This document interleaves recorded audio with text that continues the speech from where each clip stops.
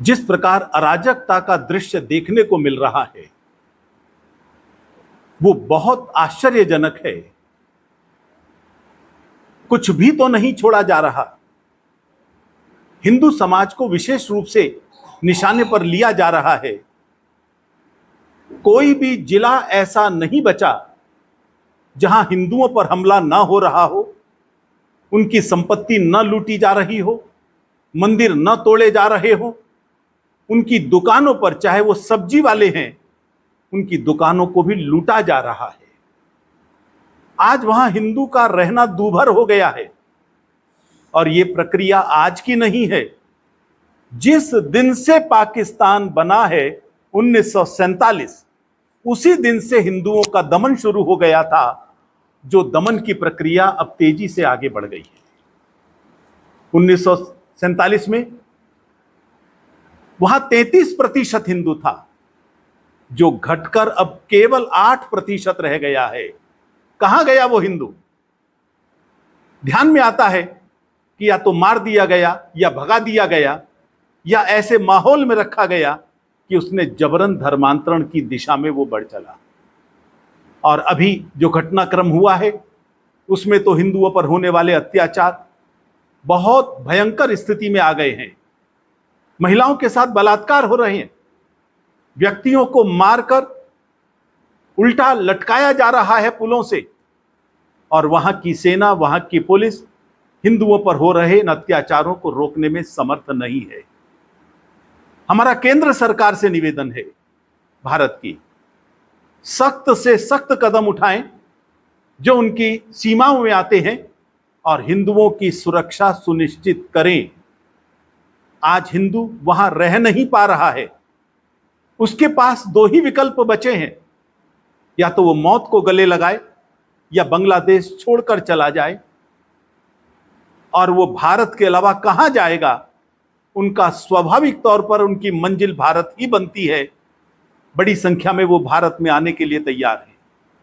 केंद्र सरकार से दूसरा हमारा निवेदन है कि आप उनके ठहराने के लिए सही व्यवस्थाएं करें और विश्व हिंदू परिषद उन व्यवस्थाओं में पूरा सहयोग करने के लिए तैयार हैं।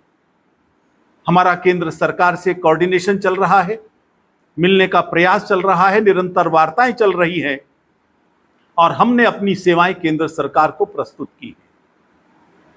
सबसे बड़ा आश्चर्य यह है कि जो फिलिस्तीन के साथ संघर्ष में अगर कोई व्यक्ति मारा जाता है तो उसके ऊपर शोर मचाने वाला टुकड़े टुकड़े गैंग इंडिया अलायंस हिंदुओं पर हो रहे इन अत्याचारों पर मौन क्यों है? एक भी नेता ने हिंदुओं पर हो रहे इन अत्याचारों के विरोध में आवाज नहीं उठाई। उन सब के मुंह में दही जम गई। एक भी मुसलमान पर पूरे विश्व में कहीं कुछ होता है, ये सब लोग अपनी सीमाएं तोड़कर विरोध प्रदर्शन करते हैं। लेकिन विरोध प्रदर्शन की बात दूर, इन्होंने एक वक्तव्य तक नहीं दिया, वहां के जिहादियों से अपील नहीं की कि हिंदुओं ने क्या बिगाड़ा है तुम्हारा। यदि तुम्हारा विरोध था शेख हसीना से, वो चली गई, हिंदुओं से क्या लेना देना है। लेकिन हिंदुओं के प्रति जो नफरत है वो मौका तलाशती है और कोई भी मौका मिलने पर वो हिंदुओं पर हमला करते हैं। दूसरा आश्चर्य यह है कि भारत का टुकड़े टुकड़े गैंग और इंडिया अलायंस, ये दोनों मिलकर भारत के मुस्लिम समाज को भड़काने की कोशिश कर रही है। यह कहना कि जो वहां पर हुआ है वो भारत में भी हो सकता है, इसका मतलब बड़ा साफ है। वो भड़का रहे हैं, रास्ता दिखा रहे हैं। अपनी हताशा जो चुनाव में हार की है, जो अन्य प्रकार के सामाजिक और राजनीतिक रूप से उनको हार मिली है, उस हताशा के अंदर इस प्रकार के वो व्यवहार करेंगे। किसी भी जिम्मेदार भारतीय से, किसी भी जिम्मेदार राजनीतिक से इस तरह की उम्मीद नहीं की जाती। मैं उन्हें चेतावनी देना चाहता हूं, उनके इरादे सफल नहीं होंगे। भारत की सेना पूर्ण रूप से देशभक्त है, पूर्ण रूप से प्रोफेशनल है। वो किसी भी इस प्रकार के षड्यंत्र का हिस्सा नहीं बन सकती। बल्कि इस तरह के राष्ट्र विरोधी षड्यंत्रों को दबाएगी। यहां का समाज भी इन चीजों को स्वीकार नहीं करेगा। उन्हें विचार करना चाहिए, जिस प्रकार से वो भड़काने की कोशिश कर रहे हैं वो उचित नहीं है। देश की जनता उन्हें माफ नहीं करेगी। जन साहब, सरकार इसमें केंद्र सरकार की जो कह रहे हैं कि जो विदेश नीति है उस पर सवाल उठा रहे हैं कि जब अभी जो शेख हसीना का मामला भारतीय संघ की हुई है उसके लिए इसी से स्थिति स्पष्ट होती है कि कट्टरपंथी इस्लाम के सामने पूरी दुनिया किस प्रकार से त्रस्त है। अमेरिका शरण देने को तैयार नहीं है शेख हसीना को, उसका वीजा कैंसिल कर दिया है। ब्रिटेन मना कर रहा है क्योंकि इन सबको यह खतरा है कि उनके देशों में रहने वाले इस्लामिक कट्टरपंथी वहां कोई ना कोई उपद्रव निर्माण करेंगे, और ब्रिटेन तो त्रस्त पहले से है, वो अपनी मुसीबतें और नहीं बढ़ाना चाहता। अभी तक वो भारत में ही है, और ये भारत का हमेशा का इतिहास है। जिसने भी शरण मांगी है हमने उसको शरण दी है। शेख हसीना पहले भी भारत में शरण लेकर रह चुकी हैं, आज भी रह रही हैं, और सरकार ने स्पष्ट किया है कि जब तक कोई और देश इनको सम्मान से लेने को तैयार नहीं है तब तक वो भारत में रहेंगी। यदि उनके कारण से कोई देश में असंतोष पैदा करने की कोशिश करना चाहता है, उन्हें समझ लेना चाहिए उनके इरादे सफल नहीं होंगे। ये भारत है, यहां मजबूत सरकार और मजबूत समाज है, ऐसे हर तत्वों का मुकाबला किया जाए। जन आपके पास जानकारी है कितने हिंदुओं का संहार हुआ है और कितने मंदिरों को तोड़ा गया है? अभी चूंकि रोज नए नए आंकड़े आ रहे, शेख हसीना के जाने के बाद केवल 2 दिन के अंदर ही 116 लोगों की हत्या हुई थी। वो आंकड़ा हमारे पास कल सुबह तक का था, तो इसलिए रोज नई नई चीजें आ रही हैं, रोज नए नए अत्याचार हो रहे हैं। आंकड़ों के रूप में कहना कठिन है।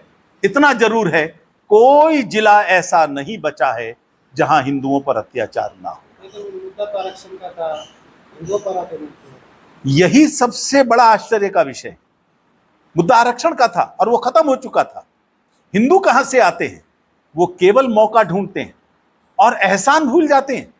इस्कॉन मंदिर, जहां से उनकी विपत्ति के समय 6 लाख लोगों को रोज खाना खिलाया जाता था, सबसे पहले वो इस्कॉन मंदिर जलाया है। वो काली मंदिर जहां कोरोना पीरियड में रोज खाना दिया जाता था, उस मंदिर को इन्होंने जलाकर राख कर दिया है। ये कट्टरपंथी एहसान फरामोश हैं। जिसने भी एहसान किया है उस पर किया है। निशाना हिंदू ही है, बहाना कुछ भी लगाए। वहाँ स्टूडेंट भी फंसे हुए हैं, भारतीय लोग फंसे हुए हैं। भारत सरकार प्रतिबद्ध है उनको लाने के लिए। एम्बेसी के लोगों को लाया जा चुका है, हवाई यात्रा प्रारंभ हो चुकी है, और हमने भी मांग की है केंद्र सरकार से। आज फिर हम आपके माध्यम से इस मांग को दोहराते हैं। व्यक्तिगत बातचीत में भी उठाया है कि जितने भी भारतीय विद्यार्थी वहां पर हैं, एक का भी बाल बांका नहीं होना चाहिए। सरकार ने कहा है वो एम्बेसी के संपर्क में है और सुरक्षित लेकर आएंगे। जैसा पाकिस्तान मीडिया कह रही है कि शेख हसीना भारत की बी टीम थी, इसलिए उनको अंजाम भुगतना पड़ा। मुजीबुर रहमान के बारे में उनका क्या कहना है? उन लाखों औरतों के बारे में क्या कहना है जिनके साथ उन्होंने बलात्कार किए थे 1971 तक? क्या वो भी भारत की बी टीम थे? जिस तरह से लाखों लोगों का नरसंहार उन लोगों ने किया था, बंगाली हिंदू और मुसलमान दोनों का, क्या वो भारत की बी टीम थे? पाकिस्तान में आज हिंदू नहीं बचा है, क्या वो भारत की बी टीम है?